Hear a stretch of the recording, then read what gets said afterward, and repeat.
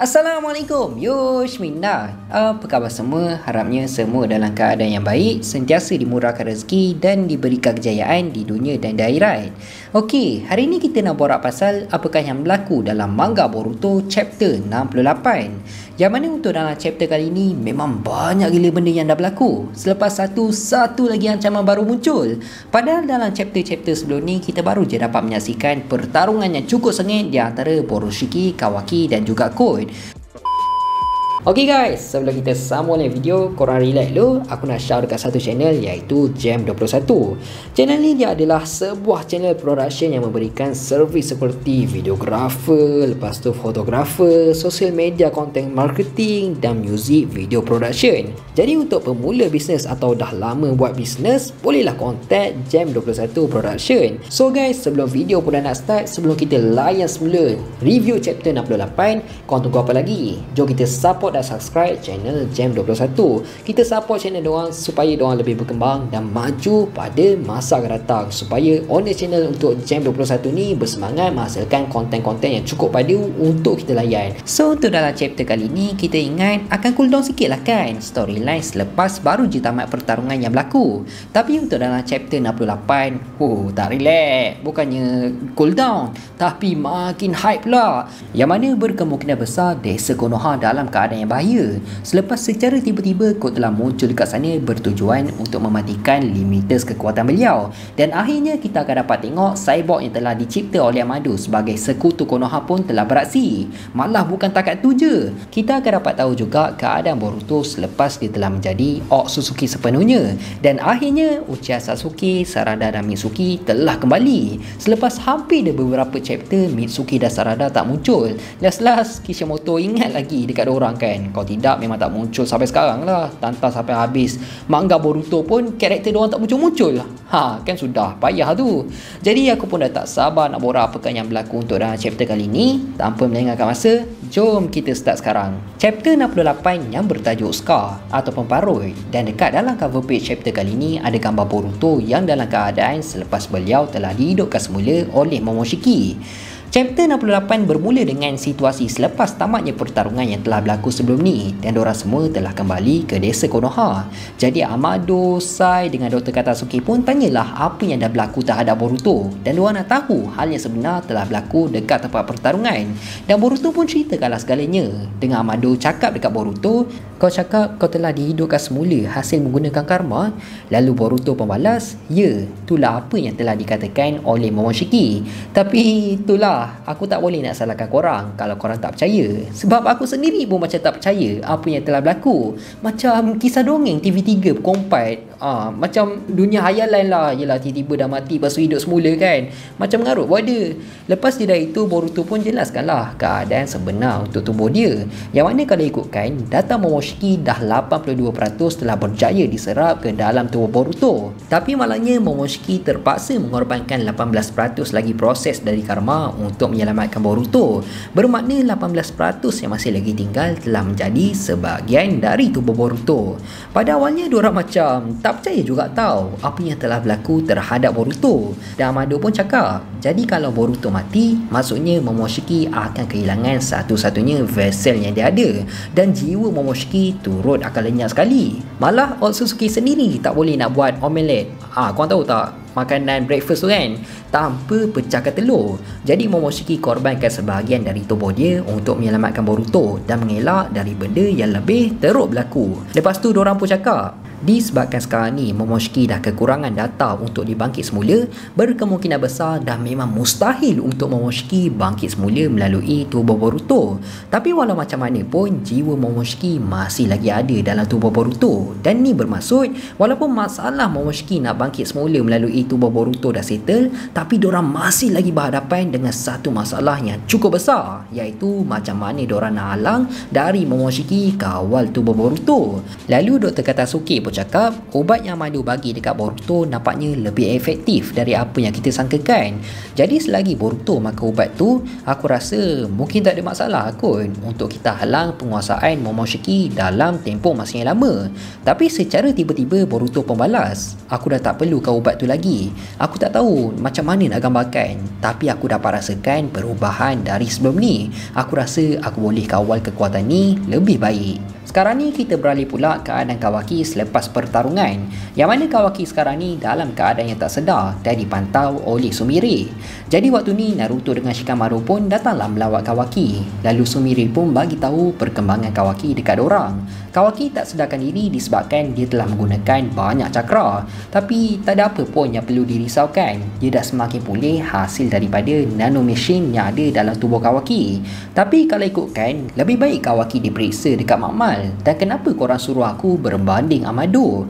Lepas tu Shikamaru pun balas, kita confirmkan dulu beberapa benda dari tak guna tu. Selagi kita tak dapat jawapan dari dia, selagi itulah kita tak akan benarkan si tak guna tu dekatkan diri dengan Kawaki. Tapi selagi Kawaki tak ada masalah lain, contohnya macam masalah kesihatan ke, tiba-tiba dia jadi sawan ke, dia histeria ke apa, jadi dia akan terus dipantau dekat sini.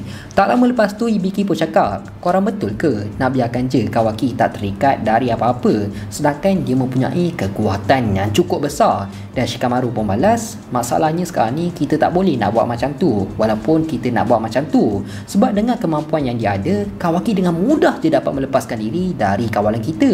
Benda ni bukannya benda yang mudah, dan hal ni akan menjadi lebih teruk kalau kita bermusuh dengan Kawaki. Lagipun matlamat hidup dan apa yang Kawaki nak mudah je. Selagi Naruto selamat, selagi itulah dia tak akan buat benda yang buruk terhadap kita. Jadi nak tak nak kita kena percayakan dia dan pastikan Kawaki berpihak dengan kita.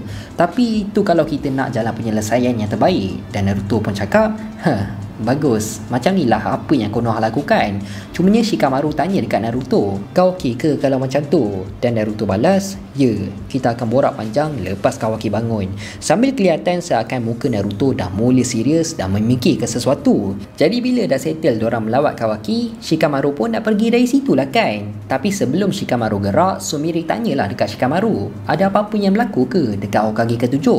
Lalu Shikamaru pun balas, apa maksud kau? Dan Sumire cakap lagi, aku harap tu hanya perasaan aku je. Aku nampak Hokage ke-7 seakan termenungkan sesuatu. Tapi Shikamaru balas seakan dia tak nak Sumire tahu perkara yang sebenar. Dia jawab, tak ada apa-apa pun. Dia baru je balik dari pertarungan yang hampir nak meragut nyawa dia sendiri. Dia hanya penat je. Dan tak lama lepas tu pun Sasuke muncul kat sana. Lalu dia cakap dekat Shikamaru yang dia ada maklumat pasal kod. So dekat sini pun kita tahulah sebab kenapa Sasuke tak muncul dekat tempat pertarungan sebelum ni. Yang mana mungkin memang betul sewaktu sedang berlangsungnya pertarungan yang cukup sengit kat sana, Sasuke berada dekat tempat lain sedang menyiasat dekat mana markas tempat kod berada. Dan memang betul Sasuke dah tahu dekat mana terletaknya markas utama kod, yang mana markas utama kod adalah tempat persembunyian Boro yang terletak dekat The Land of Snow. Cumanya Sasuke pun tak pastilah adakah kod berada dekat sana ataupun tak. Tapi apa yang dia tahu, kenalan kod iaitu Bark berada dekat sana. Jadi disebabkan tu pun Shikamaru terus dia cakap dia akan arahkan orang untuk menyiasat sebab orang pun tak ada petunjuk yang lain. Lalu Sasuke pun cakap dia ada dengar pasal Kawaki. Betul ke? Dan Shikamaru balas, ya betul, Kawaki bunuh Boruto. Walaupun tu je lah cara diorang untuk menghentikan Momoshiki, tapi dia tak teragak pun untuk membunuh Boruto betul-betul dekat depan aku dengan Naruto. Tapi nasib baik jugalah Boruto terselamat. Cumanya tak ramai tahu pasal hal ni. Hanya engkau, aku, Naruto, Amado, Ino, Sai dengan Dr. Katasuki je yang tahu pasal hal yang telah berlaku di antara Kawaki dan juga Boruto. Yang lain tak ada seorang pun yang tahu pasal hal ni. Kita masih lagi belum putuskan apa yang kita perlu lakukan selepas ni. Dan Sasuke pun tanyalah Boruto dekat mana. Lalu Shikamaru pun balas, Boruto sekarang ada dengan Sarada dan Mitsuki. Kau pergilah jumpa dengan orang. Okey, dah settle pasal Shikamaru, Sasuke, Naruto, Sumire dengan yang lain. Sekarang ni kita beralih pula babak dekat tempat orang jahat, iaitu markas kod, yang mana Ida telah mengetahui segalanya hasil menggunakan kemampuan Sharingan dia. Ida dah tahu Boruto masih lagi hidup, dan Ida tahu juga pasal Boruto dah sepenuhnya menjadi seorang Otsutsuki. Tapi Ida cakap secara jujur dia tak puas hati dengan kod sekarang ni, sebab dia main sesuka hati je, buat itu, ini, tanpa bagi tahu dekat Ida pun. Sebagai contoh, kod sesuka hati dia menarik Daimon untuk terlibat dekat pertarungan. Jadi Eda pun bagi amaran lah dekat kod yang diorang berdua tak teragak untuk hapuskan kod. Dia tolong kod pun sebab kod boleh tolong dia bawa Kawaki berjumpa dengan Eda. Kalau ikutkan, kod ni useless je. Tapi sebagai ganti, Eda akan bantu kod untuk mencapai apa yang dia nak dan mendapatkan kekuatan dia semula. Tapi kalau kod tetap berkeras untuk bertindak sesuka hati dia je, main langgar itu ini semua tu kan, jadi Eda pun tak akan teragak untuk putuskan kerjasama di antara diorang. So tak lama lepas tu pun kita dapat tengok rupa-rupanya memang betul kod telah meninggalkan kelomaknya dekat belakang Shikamaru, sambil kod dengan Daimon cuba untuk mendengar perbualan di antara Shikamaru dan Amado. Jadi bila Shikamaru dah berjumpa dengan Amado, dia pun tanyalah pasal perkembangan Boruto, dan Amado pun balas, kalau ikutkan pada awalnya apa yang telah dikatakan oleh Boruto tu agak mengarut juga, macam kisah hayalan macam tu lah. Tapi lepas dia aku dah check darah dia semua tu, apa yang telah dikatakan oleh Boruto memang betul dan memang confirm 100% Momoshiki tak akan bangkit semula melalui tubuh Boruto. Tapi secara tiba-tiba selepas Yamado dah jawab segala pertanyaan oleh Shikamaru, Shikamaru tak relax, dia tak chill. Dia terus je mencengkam collar Yamado dengan cukup kuat sambil Shikamaru cakap, kau tahu apa yang aku nak tanya? Apa yang kau dah buat dekat Kawaki? Tapi guys, kau relax dulu pasal perbualan di antara Amado dengan Shikamaru tak settle lagi. Baru nak masuk part climax. Cumanya kita relax dulu, sekejap lagi baru kita akan borak pasal hal tersebut. Sekarang ni kita beralih pula dekat tempat Boruto, Mitsuki dan Sarada. Yang mana waktu Boruto berjumpa dengan dorang berdua, Boruto pun tunjukkanlah apa yang telah berlaku dekat dada dia. Dan sebenarnya Mitsuki dengan Sarada tak tahu pun Kawaki adalah orang yang bertanggungjawab telah menyerang dada Boruto. Dorang ingat kod punya kerja lah yang cuba untuk membunuh Boruto. Lalu Mitsuki pun tanyalah, bukankah kod nak korbankan kau dekat Tentei secara hidup-hidup? Tapi kenapa dia cuba untuk membunuh kau? Dan Boruto pun balas, aku pun tak tahu. Mungkin waktu tu kod tak dapat nak kawal diri dia kot. Sebab itulah dia cuba untuk membunuh aku.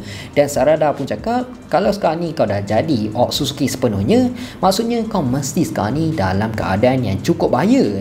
Lalu Boruto pun balas, ya, rasanya macam itulah. Tapi bila aku dah tahu dekat mana tempat persembunyian diorang, aku tak akan lepaskan diorang lepas ni. Cumanya itu bukannya apa yang dimaksudkan oleh Sarada. Apa yang dimaksudkan oleh Sarada, Boruto kena lebih berhati-hati lepas ni. Apa akan jadi kalau tiba-tiba diorang datang serang kau waktu kau bersendirian? Tak ke bahaya benda tu kan? Dan tak lama lepas tu pun Sasuke datang berjumpa dengan diorang. Sasuke cakap lah, apa yang Sarada cakap tu betul. Kau kena lebih berhati-hati lepas ni. Dan jangan keluar bersendirian walaupun dalam desa sekalipun. Dan bukan Boruto je, malah dengan sekarang ni Kawaki dah mempunyai kekuatan yang cukup kuat, mestilah kod juga tak akan berdiam dan dia akan cuba untuk mematikan limites kekuatan dia.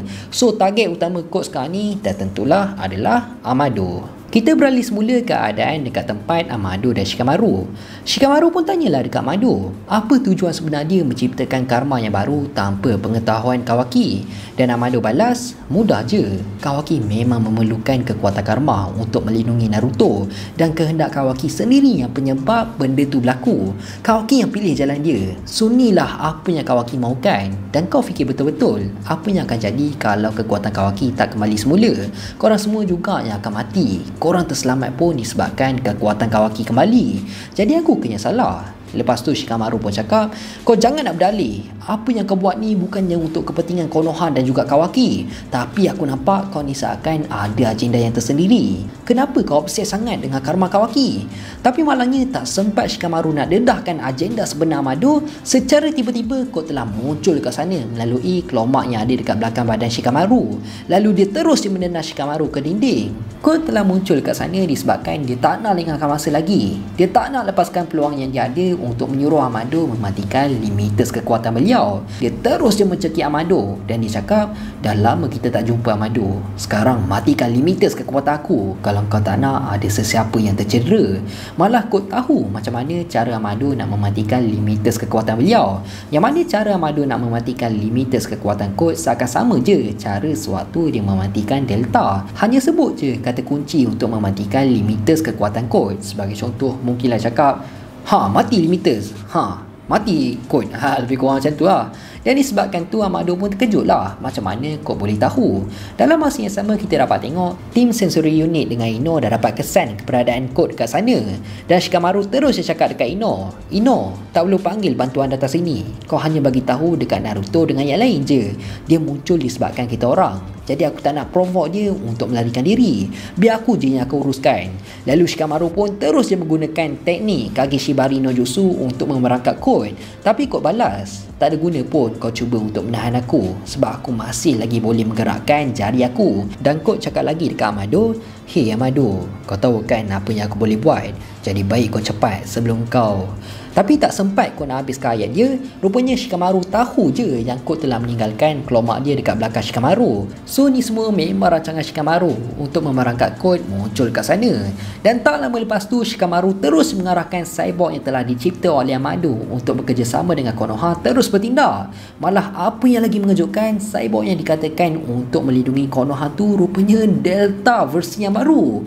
Maksudnya Amado telah meletakkan program yang baru dekat Delta untuk melindungi desa Konoha, sambil kelihatan dekat dahi Delta seakan ada satu simbol. Jadi Shikamaru pun bagi arahan lah dekat Delta untuk bertarung dengan kod. Cumanya walaupun Amado telah meletakkan program yang baru dekat Delta, tapi perangai dia tetap sama macam Delta sebelum ni. Dengan dia cakap, Ya, aku tahu, kau diam sekarang, jangan bagi arahan dekat aku." Lalu Delta pun terus je menyerang kod. Di hujung chapter kita dapat tengok selepas je Delta telah menyerang kod, malangnya kod masih lagi boleh bergerak dan mampu mengeluarkan kelomak dia. Jadi tak lama lepas tu, secara tiba-tiba, secara mengejut, Eda telah pun muncul melalui kelomak kod. Dan benda ni memang membuatkan Amado terkejut. Dia memang tak sangka gila Eda muncul kat sana, sambil kelihatan riak wajah Amado seakan dalam ketakutan. Dan chapter 68 pun habis macam tu je. Jadi guys, aku pun tak tahu apa pula yang akan berlaku untuk dalam chapter akan datang. Adakah akan berlakunya pertarungan lagi dekat desa Konoha pula? Dan adakah kod berjaya mematikan limites kekuatan beliau? So, semua tu masih lagi menjadi persoalan. InsyaAllah next video aku akan buat teori apa pula yang akan berlaku untuk dalam chapter 69. Tapi apa pun, kita tunggu je lah apa pula yang akan berlaku dalam chapter akan datang yang akan keluar pada bulan hadapan. Jadi aku rasa sampai sini je lah kot video kita untuk kali ni. Aku harap korang semua enjoy dan penyampaian aku jelas. Teruskan support Faiz di studio untuk mendapatkan 200,000 subscribers dalam tahun ni. Aku nak minta maaf sangat kalau aku ada buat salah, tersilap cakap, terkasar bahasa. Aku nak minta maaf sangat, aku hanya manusia biasa, tak lari daripada kesilapan. InsyaAllah kita jumpa dalam next video. Assalamualaikum, bye-bye.